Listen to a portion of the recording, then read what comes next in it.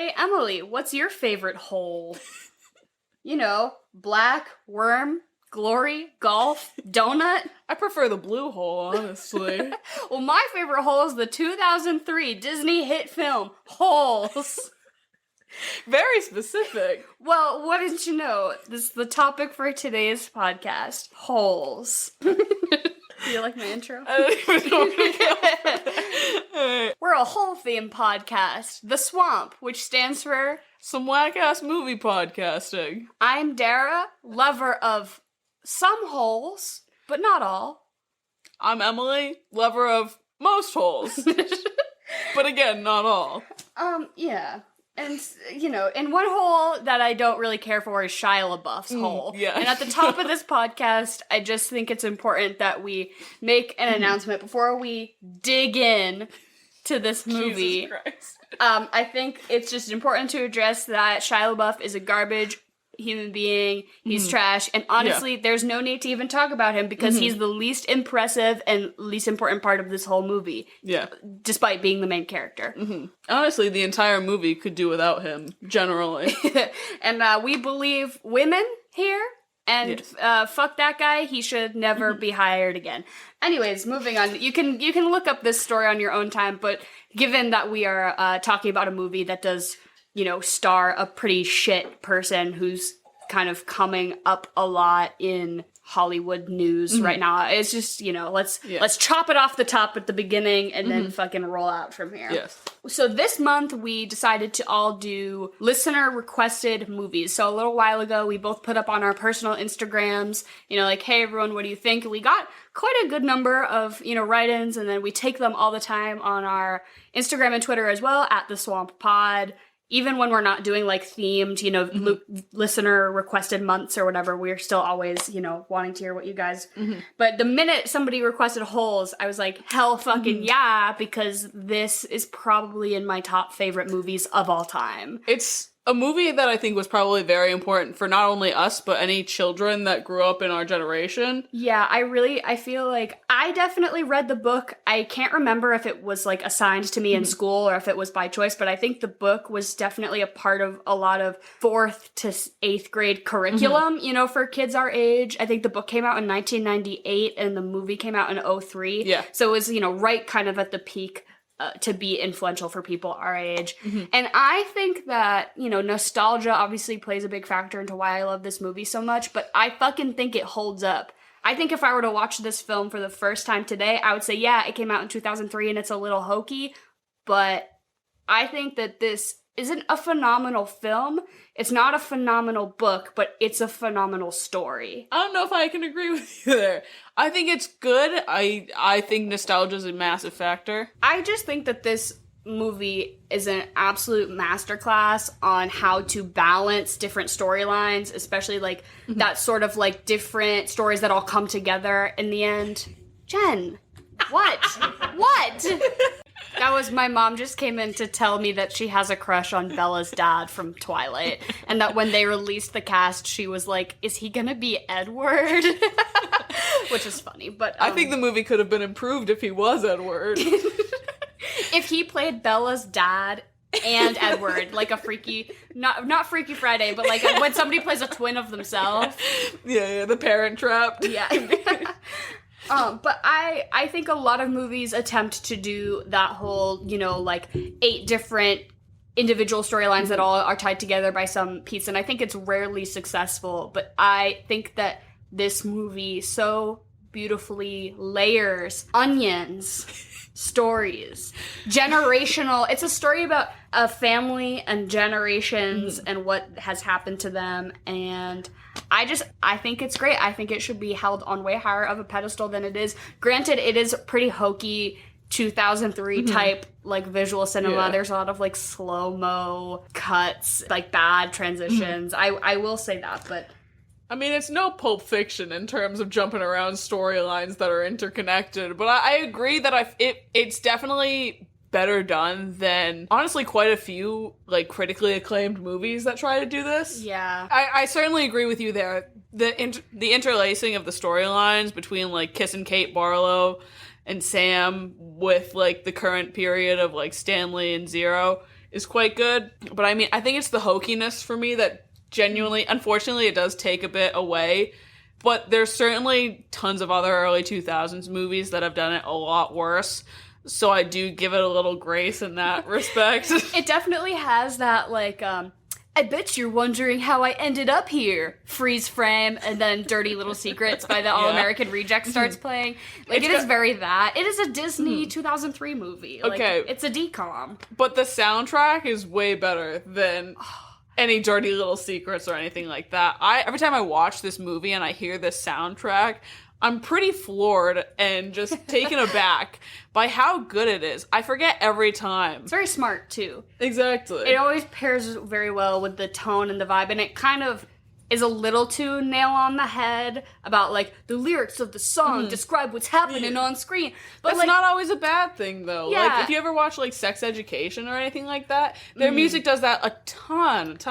And it really works, and I think in this case it certainly works here as well. I am going to jump to the defense for this movie in most points, and I will say, the hokiness, it is a kid's movie. That's it was true. a Disney movie meant for kids based off of a book meant for kids, And Okay. so, given the 2003 level of hoke and the children's movie level of hoke, I think it is an appropriate level of hoke. See, there's some points, though, within the movie that really make me question if it is a movie for kids. They fully just tried to lynch a black man and just ended up shooting him. Okay, I would say Doesn't so. feel like a kid's movie. I think kids can handle more than you're willing to. As an adult, you think like, wow, that's a bit tough for a kid. But Yeah. I feel like as a kid, that kind of stuff is shown to you more often than you think. You're being exposed That's to true. a lot of adult media, so it's not so bad. I'm gonna say that the target audience for this movie is a 6th grade kid. You know Yeah, what? You know about probably. slavery. You know about Yeah. the racial Yeah. injustice in America at that point. At least, hopefully, a little bit. Yeah. And violence. Video games. Kids at that age are playing violent video games. I think it's not entirely unreasonable for a certain amount of violence to be Yeah. put in the movie. And I suppose you're correct.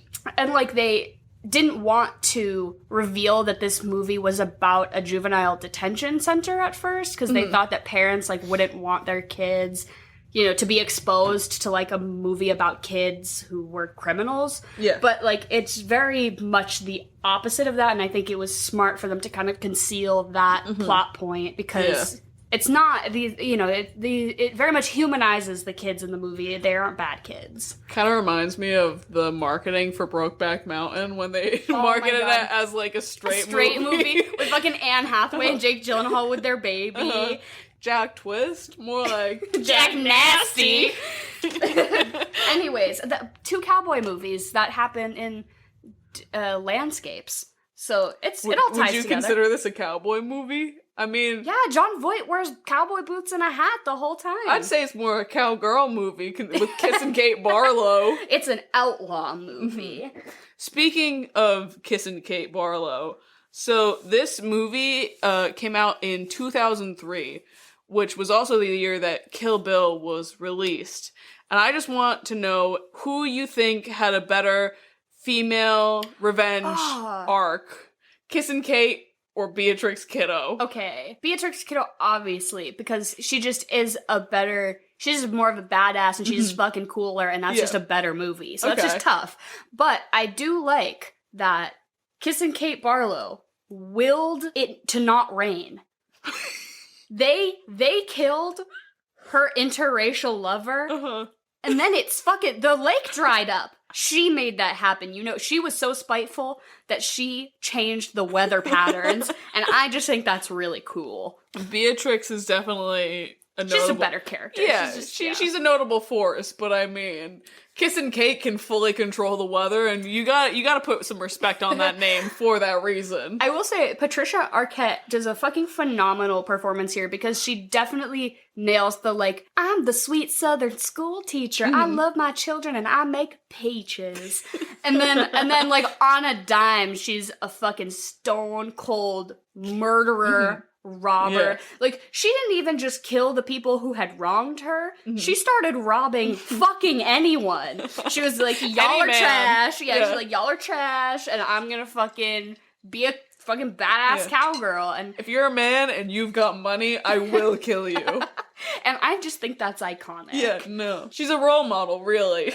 And I feel like Sigourney Weaver, So another sort of like iconic, powerful female character, but it's almost the reverse of kissing Kate Barlow because you fucking hate her and her intentions are the opposite of good. She just cannot be supported. Even though you're like, hell yeah, Sigourney Weaver, you're 53 and you look hot as fuck. She's in a fucking sports bra, just like whipping her braids around, and I'm like, damn, ma. And she looks so good. That's all I've got to say. All I'm hearing is that her character is good because she's so hot. Well, no, but like, you know, I mean, I'm not gonna say that she deserves like girl boss like status or whatever. But it is very much in the movie a lead up of like, who is the warden? Stanley thinks that Mr. Sir is the warden. He doesn't realize it. And it's like a big reveal that she's a woman, which is, very like 2003 hokey feminism. But she is like a strong female character with a lot of agency, and she is trying to fucking do something, and she's doing everything in her power to do it. She's just doing the wrong thing. Yeah. Which, discussing the staff at the camp. So the camp is run by the warden, whose grandfather owned the lake and basically knew Kate Barlow. And so she knows that the treasure's out there somewhere. So she basically establishes an entire juvenile delinquent center to use unpaid fucking prison labor to dig holes to find a treasure. Like, Jesus, if this is not an allegory for the fucking prison industrial complex, I don't know what is. I think this movie's great for kids. I think all kids should see this movie, and I think everyone should vote for Bernie Sanders. This movie is why I voted for Bernie Sanders. This movie, as a kid, made me fucking hate authority and hate cops. And you say, Stanley has it bad, but you know who has it worse? Zero. He can't read. And I'm like playing it up right now, but genuinely, Stanley's whole thing in the movie is about luck. And that he feels unlucky because of a supposed curse on his family. And he feels like he has it so bad. And then he meets Zero, whose entire placement in this film is about circumstance. It's not that he didn't do anything wrong, he did steal things, but it was because he had to, because he was homeless. And so, I think Stanley's character learns a lot from, because he gives up the luck. I'm sorry, I just love this movie. You're all over the place. I'm just saying that this movie's about the prison industrial complex, and I think it's really important. That's fair, as you should. I've got a quick question. Okay. Do you think that you could survive off of onions for multiple days on end, yes or no? If they were sauteed in butter, yes. We're not No? No, we're talking strictly in the context of the movie. Henry's not there to saute your onions for you. I don't even think I have it in me to bite into an onion. Like, the way that Stanley raw dogs that onion, he pulls it out of the ground. He doesn't even dust it off on his shirt. You know how you, like, buff off your apple before you eat it? Yeah. This motherfucker doesn't even buff his onion before just sinking his fat chompers into it. He hasn't had food or water for days. That water was dirty as fuck. That onion was dirty as fuck. Homie was desperate, and he's gonna be real sick. That's all I have to say. No, I don't think I could fucking live off of onions. Are you kidding me? I absolutely could. Just want to throw it out there. You think you could bite into an onion like an apple? 100%. I think I could, like, once as a joke, and then never again. Just to prove that you can, and then I end up spitting it back out immediately after. Did you ever, like, do that test in middle school science class where you close your eyes and you eat an apple and an onion and you can't tell the difference or something like that? I feel like maybe. I think Henry and I were in the same 7th grade science class, so maybe he can attest for that. I just remember there's the one where you put the thing on your tongue and if it's really bitter, that means you're a pussy. And, it, like, tells you if you're a picky eater, it's like if you have the picky eater gene. That sounds really familiar, but I mean, but there was that, and then there was genuinely really like onions, so like I don't care. I do too, but like in moderation. I would take onions over peaches though. If that's like if you had to eat one to survive, peaches or onions? I'm going onions. Yeah, I think I have to agree with you there. A lot of people are going to say we're fucked up for that, but I mean... I'm not going to put us both on blast here, No, but... don't put us on blast. No, don't say it. Leave them guessing. Oh, no. Well, let's just say that there's a certain piece of fruit that neither of us had ever ate before today. And This brought a lot of shame onto this podcast. yeah, that's up to you to figure out what it is. But we're 21 and 22-year-old women. How have we know? I've had a peach ring, a gummy peach ring. And I think that's enough. So this movie has a lot of really great like dialogue, and I think it's because it was such a great book, and the author of the book, Louis Satcher, wrote the screenplay. And originally, somebody else had written the screenplay, and they made it a dystopian future. Oh, no. And it was very, like, not, and it was far off, and they were like, we don't think this is hitting the mark, let's, like, go back. So they consulted with Louis Satcher, and he's like, well, yeah, I'll just write up a screenplay real quick. And he did it, and they were like, this is perfect. So they used it, and they, hired him on for the film, and it was great. And I stand by that I think this is one of the greatest book-to-movie adaptations. It is so true to the original content, and it doesn't add anything super flashy to try to make it, better for film or whatever, and it doesn't, manipulate the story a lot. And I think by hiring, the author of the book. Definitely bound to make it an easier transition. Oh, but my original point, which is, not great at all, was just that there's a really funny scene where they're getting food, and over the PA, somebody's saying today's menu is beans, refried beans, green beans, pinto beans, and banana jello. And I just thought that was really fucking funny. But a lot of the dialogue is like very, not the way normal people speak, but not, too far awkward off. enough. Yeah. It's not Star Wars. Go listen to our episode about The Phantom Menace. Yeah, you can hear all about it. But that also brings up, I had a question for you, because I've never read the books. Do you prefer the book to the movie? Well, that's, like, tough because it's just two different mediums. And I will say, I'm a fucking crazy person. I reread the book, like, a couple days ago, because I knew we were going to do this, because I work at a library, and so we just had it, so during my lunch break, I was like, yeah, I'll reread Holds, and I blasted through it, and it is so fucking true to the movie. Louis Satcher did a scene-by-scene replication of his book for the movie. And I don't think there are a ton of really integral details that you miss out on as a movie watcher.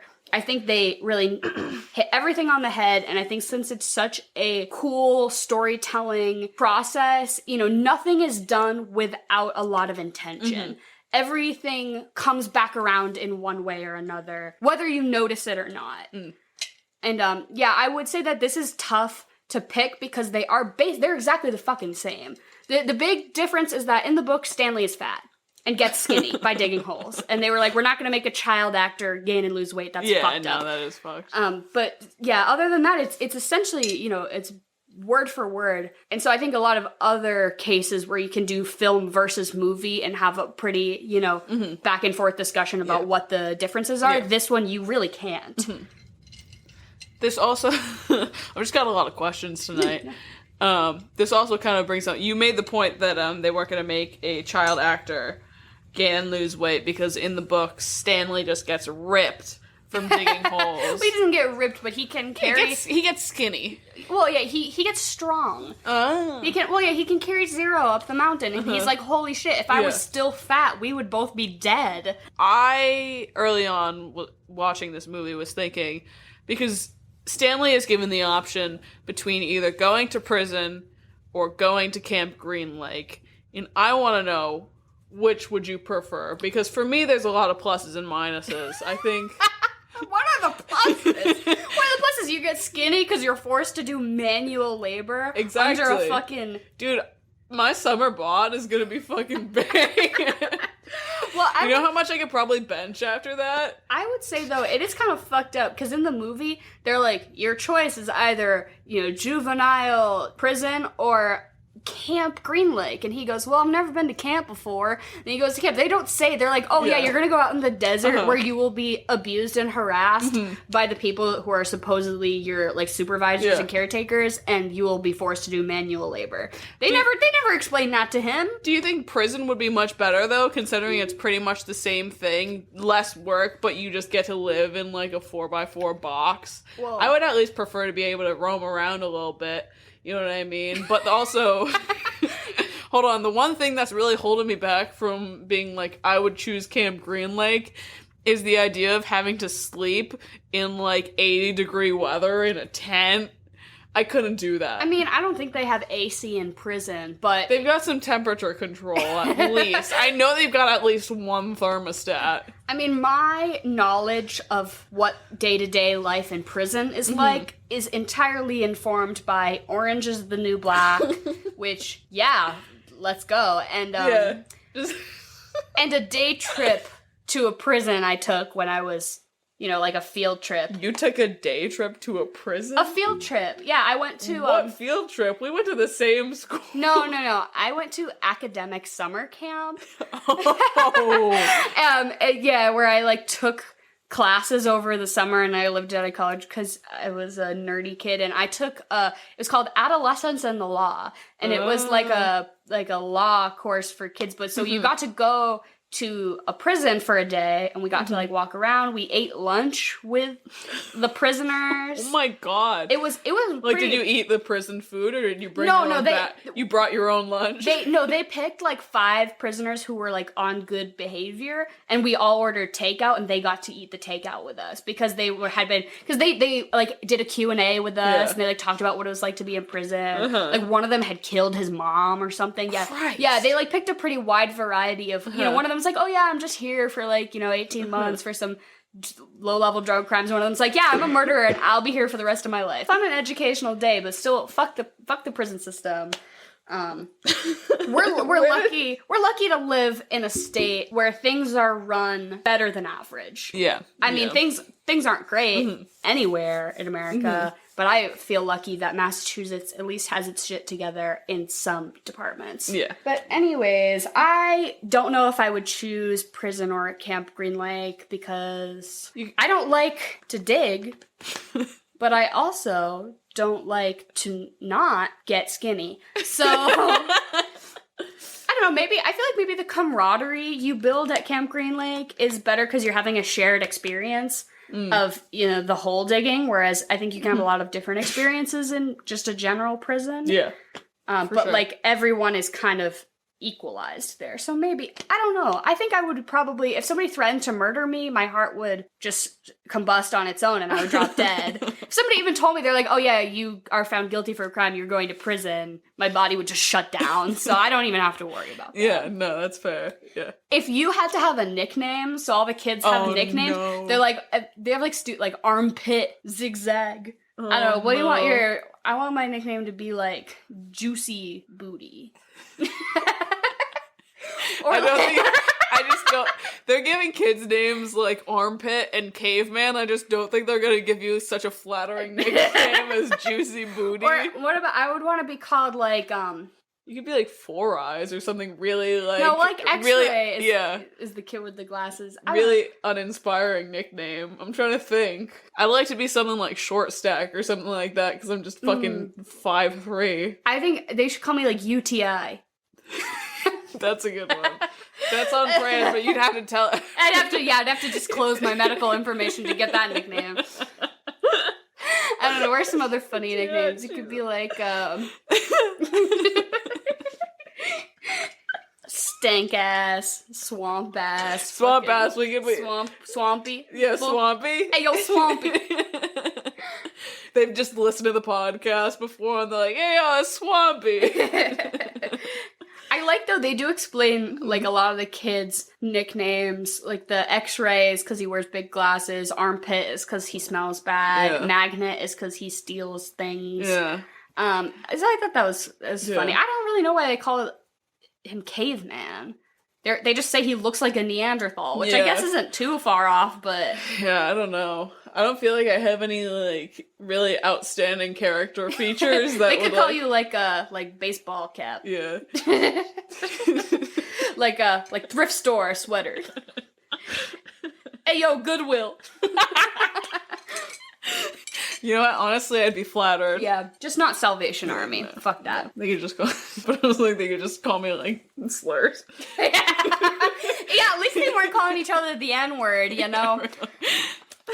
I think that if this movie had been made for an adult audience, that lynching scene could have been a lot more offensive. Yeah, really. If Quentin Tarantino directed this would be very different. I don't think race is really talked about at the forefront of this film, but it all comes to a head very quickly, though. Oh, yeah. Once Sam's seen kissing Kate Barlow. Yeah, he seems very accepted by the townspeople. And, like, granted, he's still, seen as, like, a lower class, profession. He's, like, just, like, an onion salesman. He's a farmer, whatever. But he's still like, let me tell y'all about my onions. And they're like, wow, Sam, you're curing my baldness. Yeah, thanks for my onions, Sam. Yeah, what would I do without you? He seems pretty well, like, respected and liked by the community. But the minute there's a little bit of interracial loving, they're like, we need to lynch this man on sight.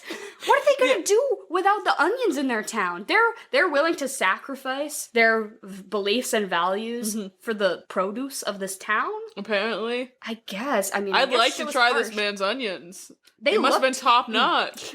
And he was saying he was, like, rubbing onion oil on people's heads for baldness. Yeah. Sounds like a Jesus Christ kind of moment where he's doing miracles just with onions. But I think race also plays a little bit into the modern storyline with the boys. I don't think it's talked about. I think the most it's really alluded to is that when Zero starts digging Stanley's holes for him in exchange for reading lessons, a lot of the other boys make comments like, he's your slave. Yeah. And it's a lot more prominent in the book. They make jokes like, why don't we get you a whip and stuff like that. It's a lot more, forward. Jeez. But I think there definitely is, you see a lot of these people of color, children of color, COCs, is that a term? Sure.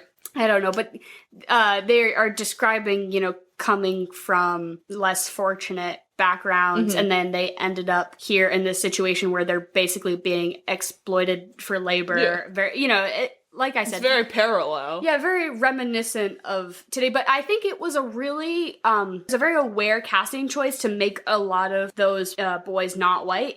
Stanley's kind of in the minority, and all the higher up, the people who run the camp are all white. All the staff members and the people who run it. So I think that is, like, very mirroring of real life, and I think that was definitely intentional. A very, smart choice, honestly. For 2003, too. Yeah. And especially because it's not something they were trying to hit the nail on the head really hard. They weren't trying to hit you really hard over the head with, the racial injustices for the modern day situation as much as they were with the old one. But we had talked about, so Madame Zeroni is the farthest back, timeline that we get to see with the great-great-great-grandfather, whatever, Elia Yelnats, and Madame Zeroni and the whole, carry the pig up the mountain situation, which, I don't know, whatever time this is supposed to be, like, 1840s? Yeah, mid-1800s, somewhere around that. But, it's implied that they're not in America. Yeah. Where the fuck are they?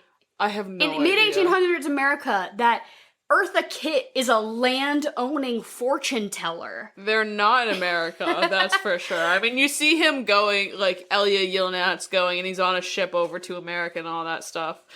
But, like, trying to place anyone's accent during that time period is so tough because, like, there's some, like, Russian accents that are kind of thrown Eastern in there. European, a little bit of the music was giving me very, like, Austria, Hungary, but Germany. Elia Yelnats and also Madame Zeroni are not white. Yeah. And I find it hard to believe that they could be in Russia, considering that, like, the population of people of color in Russia is like 0.05% or something like that. I have the answer. Where I found is the it? answer. Oh my god. Latvia. But still, Madame Zeroni was a black woman. Yeah. As fully Eartha Kitt, working full-time as a fortune teller, owns about a dozen pigs. Doesn't check out. She's fully got pigs to spare. So she's been hustling. This guy is like, come tell me my fortune. And she's like, you know, I'll give you a pig. I'll give you a pig for free if you leave me the fuck alone. If you carry me up a mountain, you can have my pig. Dude, I've just been thinking about how long she must have thought about. She's like, oh man, this kid's gonna carry me up a mountain. I'm gonna get some of the freshest water in the city. And then he just forgets her. I'd be so let down and so upset. I would be relieved. I am really uncomfortable when people pick me up. I hate that. That sounds like a you problem. I hate that. You know, like when people are like, you're so small, and then they lift me. I'm like, I hate that we're having this much bodily contact. Imagine That's fair. being carried up a mountain. I'd be like, have you ever been like thrown over someone's shoulder? That kind of hurts your midsection. It's uncomfortable. Maybe if you had a papoose. If you had a little papoose for me, if you had one of those little baby backpacks, I could be down for that maybe. Or like if I sat on his shoulders or something. Yeah. I don't know. I just don't want to be like fully carried. You wouldn't want to do like, you could fully like piggyback ride on him. That's work for me. You gotta hold on to piggyback someone. You're out here digging holes, getting ripped and something. Now you think you're hot shit. You chose not to go to prison. You chose to fucking be a slave. I can just appreciate a good piggyback ride. I'm sorry. Hey, here's the thing: is that this might be taken out of context, but I would be a slave for Sigourney Weaver. Whoa. I would dig holes for that woman. Please, no one crop that. I would. She is 71. She looks amazing. She looks so hot. Her and Willem Dafoe are my two like pinnacles of like, can old people be hot? Yes. And there are my two examples right there. Yeah. Well, truly, white people don't age very gracefully. No, never. And when I picture a 71-year-old white woman, it's not cute. No. But Sigourney Weaver, she has cracked the code. Yeah, no, she looks fantastic. She's not even one of those women that looks like they've gotten a lot of work done either or anything like that. I think she just earned it. You think? Okay, so I have a question for you, even though it's, kind of subjective. Okay. But, like, who do you think, not who's the best character, but, like, what performance would you say is the true standout of this movie? Because I think there are so many standout performances. Almost everyone is really delivering a cool and different character, but which one, if off the dome, best performance in wholes? I think I really liked, I can't think of his name, Ballad of Buster Scruggs. Oh my god. For some reason, Scruggs. He just stands out to me for, like, a lot of, like, the really arrogant comments that he makes towards Zero and everything like that. And it's, like, he is kind of portrayed as the nicer counselor, but also there's, like, he's still a piece of shit. Yeah, he's a piece of shit. And I think I don't know. I think he does quite a good job of portraying that, I suppose. I call it, his name is Tim Blake Nelson. I wouldn't have known that. No, I just call him Buster Scruggs. Yeah, I have no idea.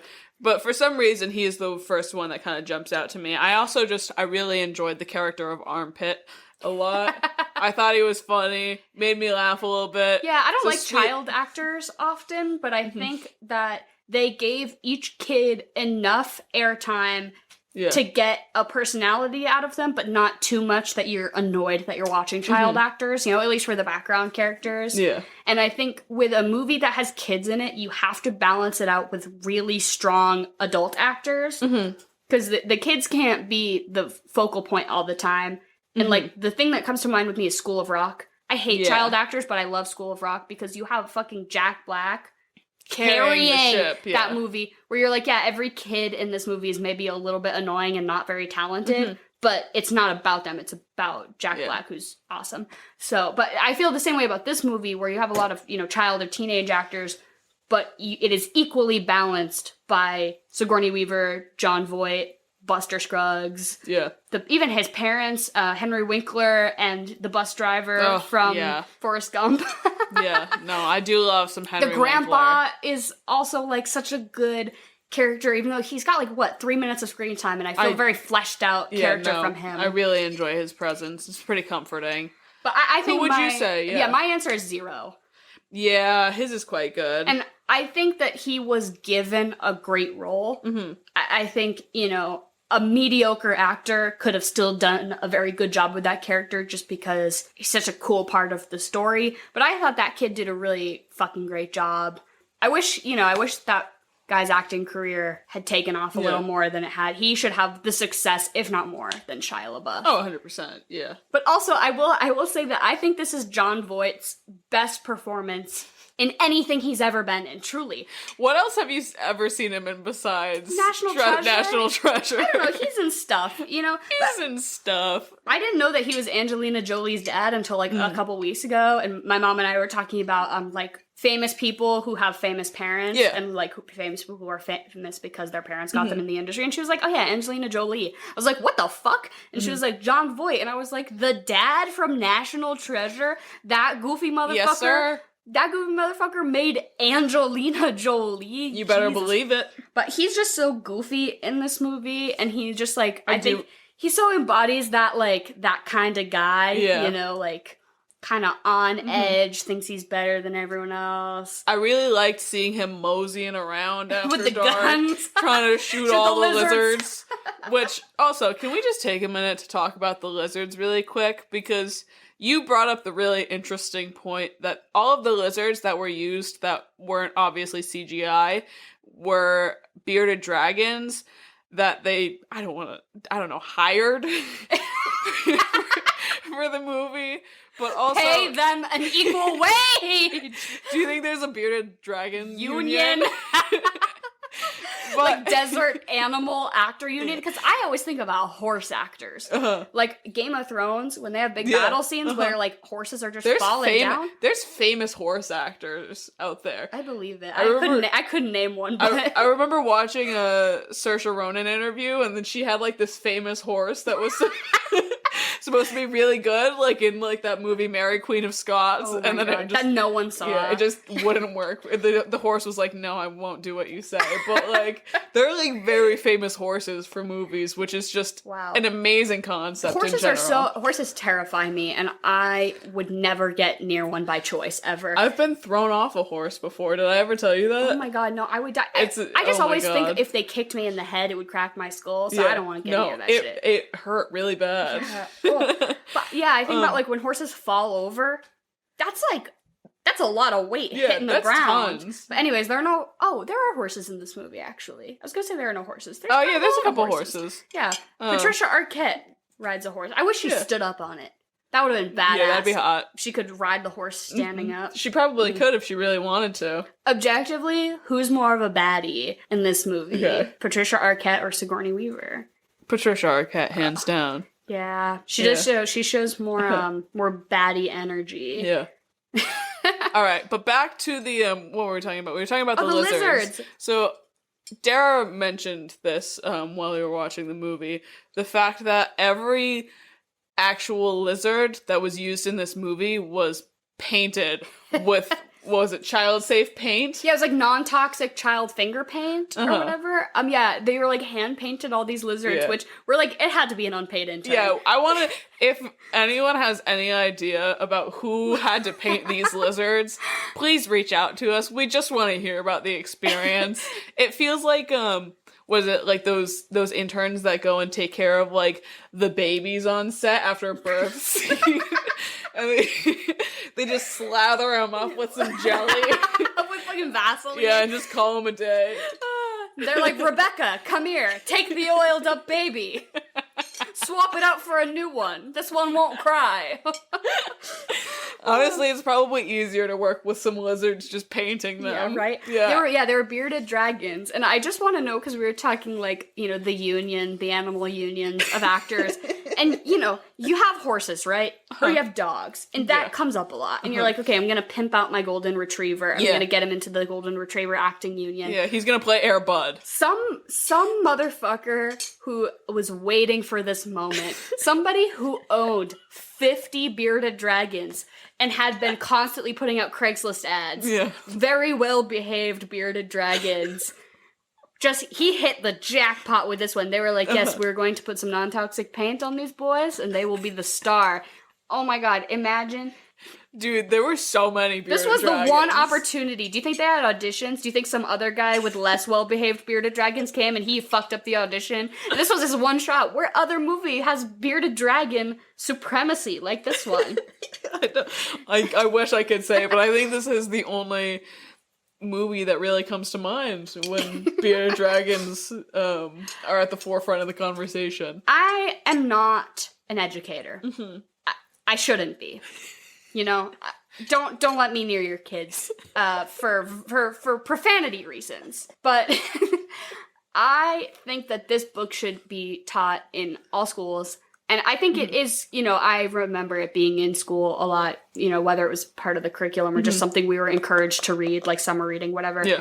But one of the coolest things I think about this book, at least the printed versions that are coming out today, are that at the back of the book, they have a section of the screenplay. Oh, that's neat. I really like that. And they explain in a little thing about how, like, Louis Satcher was, you know, invited on to write the screenplay. So here is the chapter from the book, and then here is the screenplay section from the movie, and you get to read them back to back. That's super cool. It's so cool, and I think that is such a cool way to get kids engaged about, like, reading and writing and, you know, having them read that and then, I don't know, like, adapt something to your own screenplay. I don't think that sort of creative expression, you know, creative writing is seeming to be very, like, you know, write a story, whereas I think this is a good example of a different way.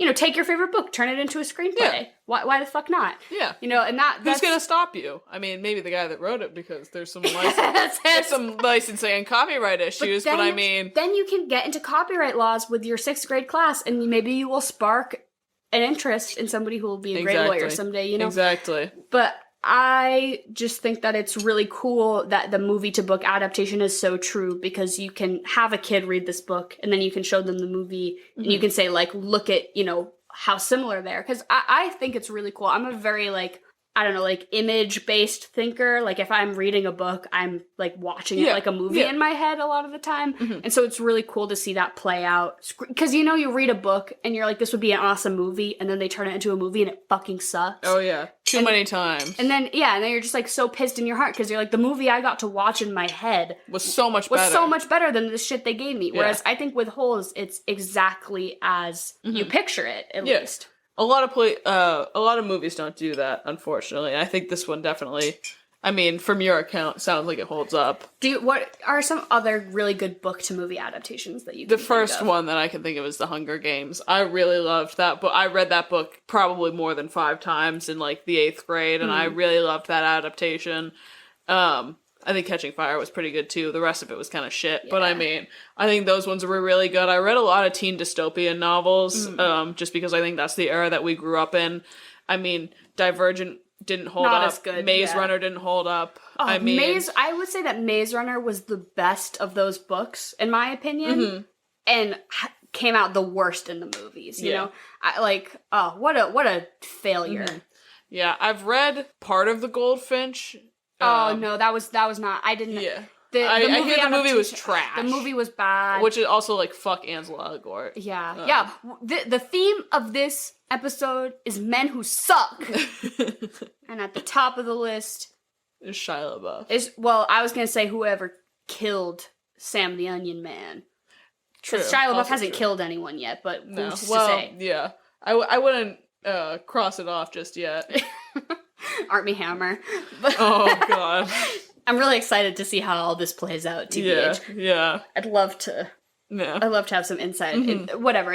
He played a twin of himself, which I think would be a really fun month to do.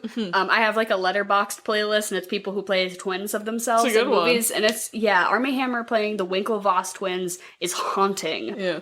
Also, follow us on Letterboxd, guys. Oh god, don't follow me! Alright, follow me on Letterboxd. I'm gonna get exposed for my trash movie opinions. Literally, at the top of this, me saying that Holes is in my top 10 of all time is exposing me for having such trash opinions. Like, when I'm like, the integration of storylines is so masterful and beautiful, and you're like, Dara, have you seen Pulp Fiction? Okay, but some people rated Promising Young Woman really well, which a lot of, like, people that are big into the the film Twitterverse and all that stuff, and We're just the trying to- film YouTubeverse. we're trying are to like, break yeah, in. yeah. They're like, yeah, Promising Young Women was amazing. If you didn't like So- it, you just didn't understand. Yeah, we were gonna do an episode about that, but also we decided it was just too bad to do an episode about that. We watched the movie together, fully intending to record about it, and then exactly as soon as the movie ended, I just had to scream into a pillow, and then I said, "We're not talking about that." No, that movie was a slap in the face, and it sucked. I can't wait to be just so mad Upset, watching yeah. award season when it's nominated for everything.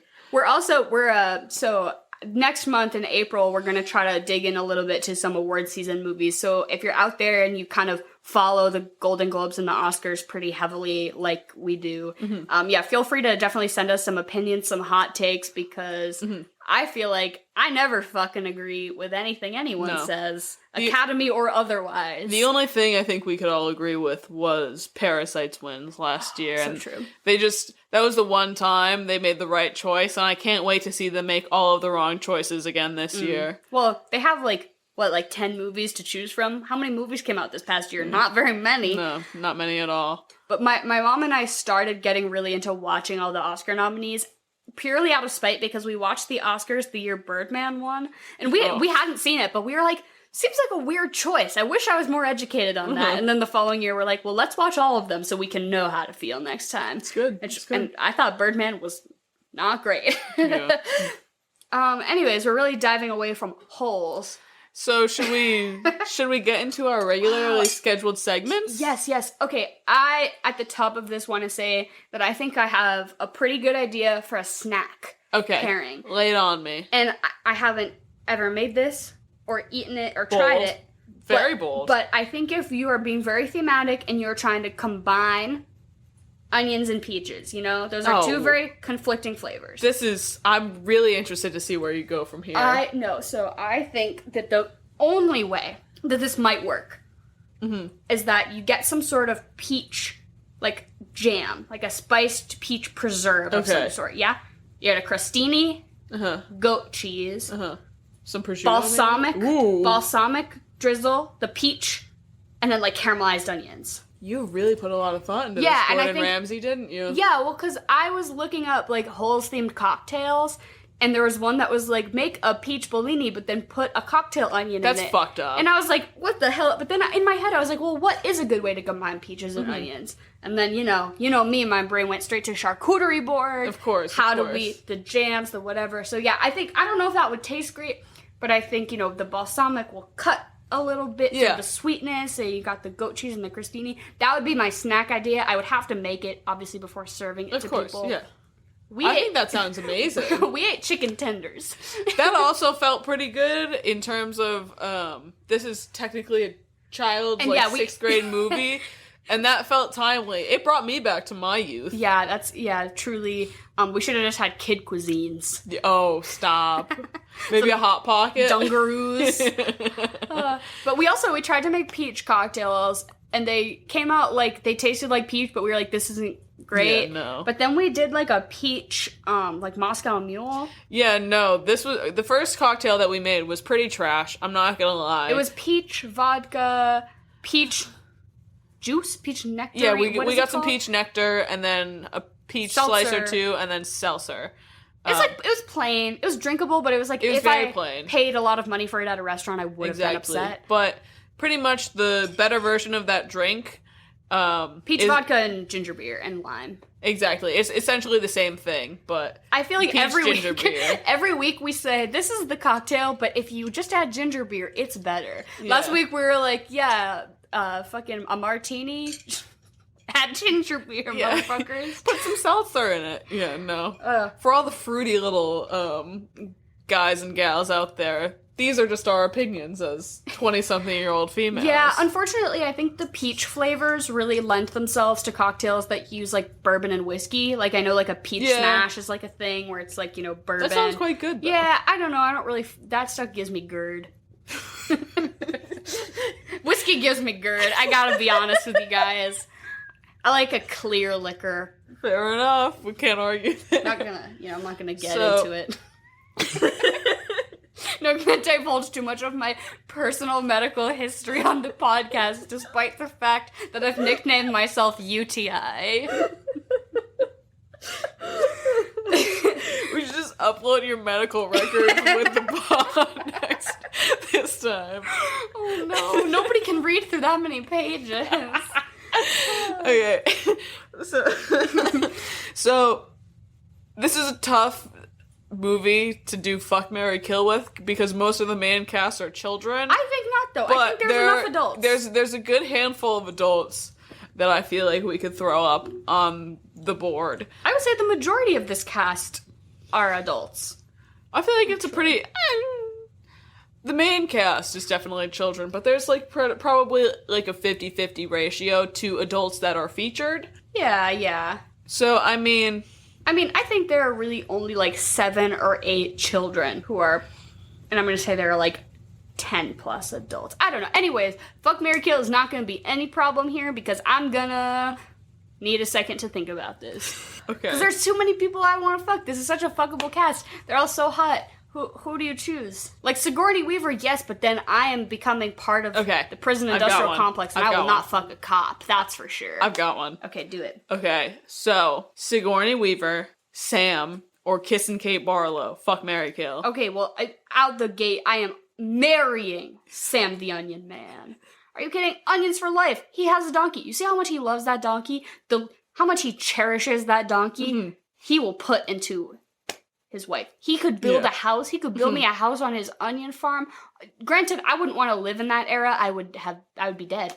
I would frankly be dead already if it weren't for modern medicine. So, Sam the Onion Man and Sam the Onion Man and I probably wouldn't work out. I also don't know how to make preserves. They would probably kill you because you'd be married. A witch. You'd be married to it'd be an interracial marriage.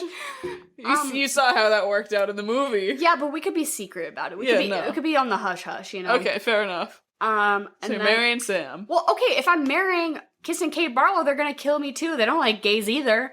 Yeah, I know. I was kind of screwed with that pick, wasn't I? I mean, and then my only choice left is to marry Sigourney Weaver, who's literally the cops. Yeah. So, I mean... Okay, so take all of the context. I'm gonna marry Sam with context, I'm gonna marry Sam the Onion Man. I guess, I've been so vocally pro Sigourney Weaver that this is gonna kind of come as a shock, but I'm gonna fuck Kissin' Kate Barlow. She's just got that reputation. Yeah. She's just got that energy. Her nickname is Kissin' Kate.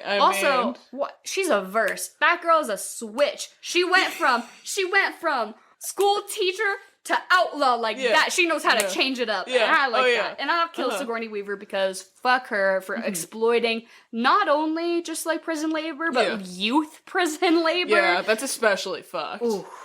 I'm gonna have to go with also killing Sigourney Weaver. I hate to do it. I love you, Sigourney, but it can't. For the same reasons. I gotta kill her. And then I'm gonna do the opposite of what you did. I'm gonna marry Kissin' Kate Barlow. Because she's Kissin' Kate Barlow. Yeah, you get to be an outlaw with her. Do you know how to ride a horse though? You got thrown off of one. Maybe you can't roll. You can't roll with that gang. I've put in some work, some hours since then. I'll see. I think I could ride with her. Maybe just take it a little slow. Yeah, and then I'd just fuck Sam. Sam the Onion Man, he got that dick. He said, I can fix that. He's smooth as hell. She's crying into her book of poetry, and he comes up, he says, I can fix that. Yeah, oh my God. My little 8-year-old heart was like, that is love. I love that onions were such a romantic gesture in this He's like, movie. I got that special bag of onions for you, baby. Okay, I want to say you have to pick between Henry Winkler, the sneaker dad, John Voight, the crazy camp counselor, and Buster Scruggs, the other camp counselor. So off the bat, I'm gonna marry Henry Winkler. That's no contest. And he gets that dough in the end. Exactly. Really, between the other two is a tough thing. I think I'm gonna fuck. What's his name? John Voight? John Voight, yeah. Yeah, I think I'm gonna fuck John Voight because I wouldn't be able to fuck Buster Scruggs without him. He seems like one of those guys that, like, you'd smash and then he'd immediately get emotionally attached to you.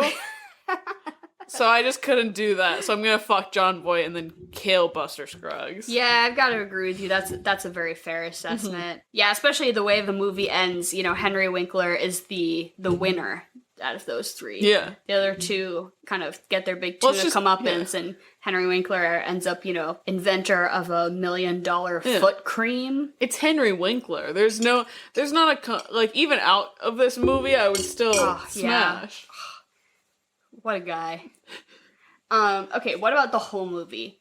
I just think there's too many to pick from, Out of quite the frankly. whole movie? Yeah, there's so many hot people in this movie. Even Clyde Livingston, Sweet Feet, he's hot. Oh shit! Yeah, no, I forgot. He's very hot. I'd fuck Clive Livingston. Elia Yelnats, too, the great-great-grandfather who got dissed by the girl. The middle part doesn't do it for me. Okay, if you tousled the hair. He was cute, but also he needed love. He Wait. loved that Okay, stupid I've girl. got it. Yes, give it to me. I'm gonna. Sorry, who was Sweet Feet? What was his name? Clyde Livingston. I would fuck Clyde Livingston. Out of everyone in this movie, you're picking him above Kate Barlow and because we already touched those bases, but Okay, that's a great point. This is a It's tough so one. tough. Okay, let me go for. I'm gonna skew my picks a little older for this one. I am going to fuck Sigourney Weaver. yeah, I'm gonna marry Madame Zeroni. yeah, yup.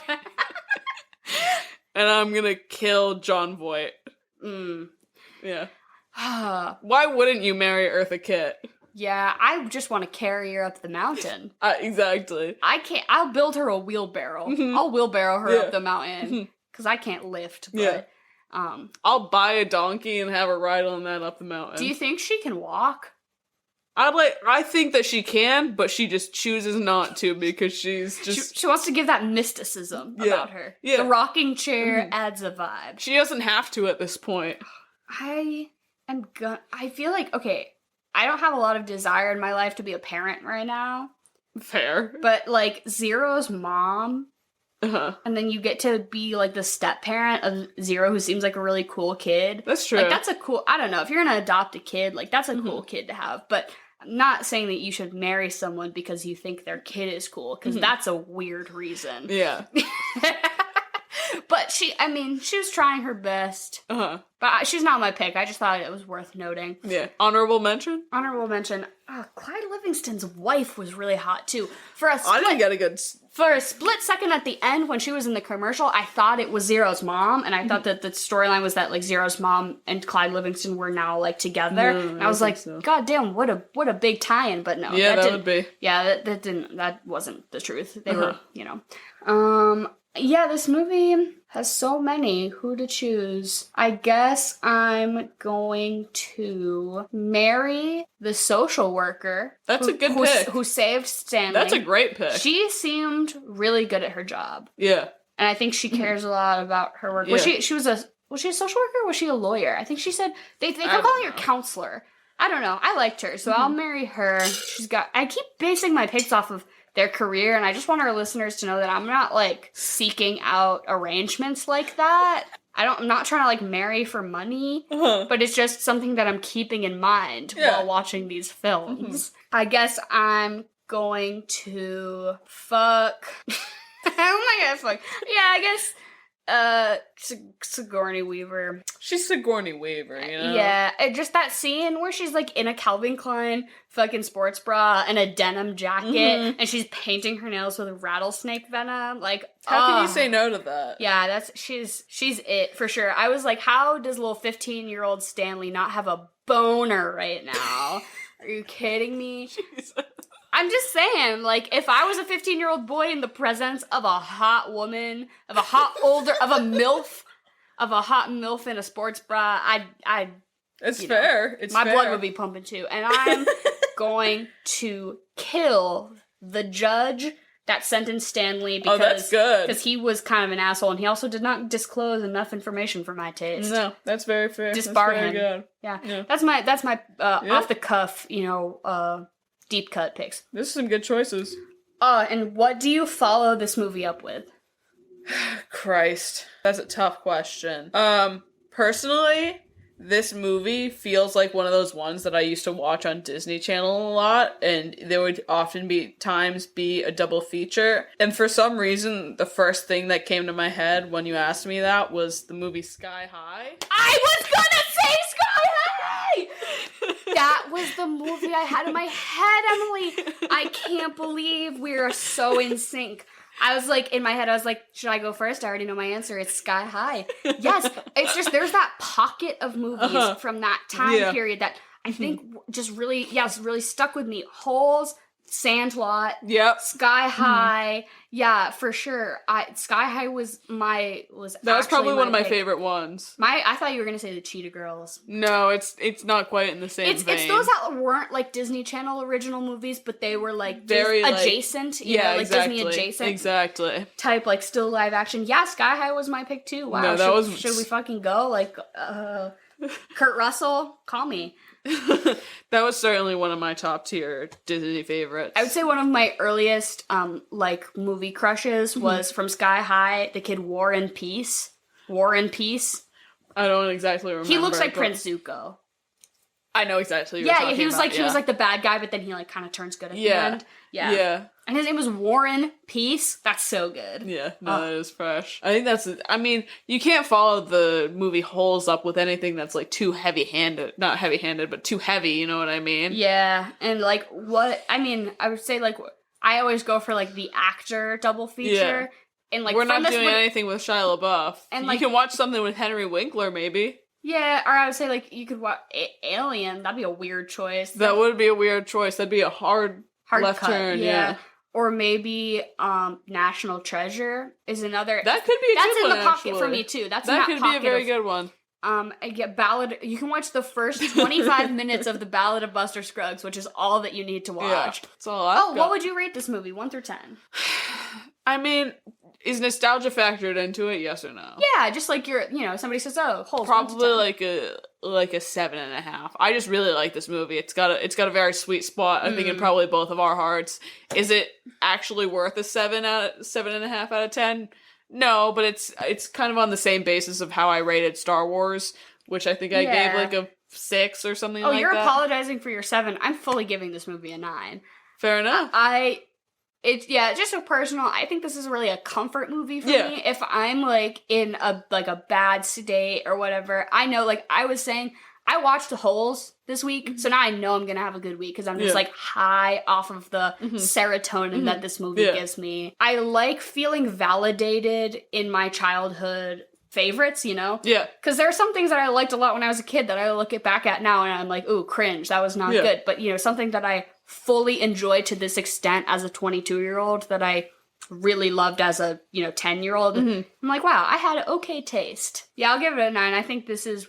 I'm a big lover of the film to movie. You love the book, you love the movie, and it happens so rarely that this just does it for me. Yeah. Shall we end with a quote? Oh, which one? There's so many to pick from. It's so hot, Sam, but I feel so cold. I can fix that. Anyways, give us a follow on Spotify, Apple Podcasts, wherever you listen to podcasts. You should be able to find us. We're also on Instagram and Twitter, and also at Gmail at the Swamp Pod. So see you next week. Eat some onions. Week.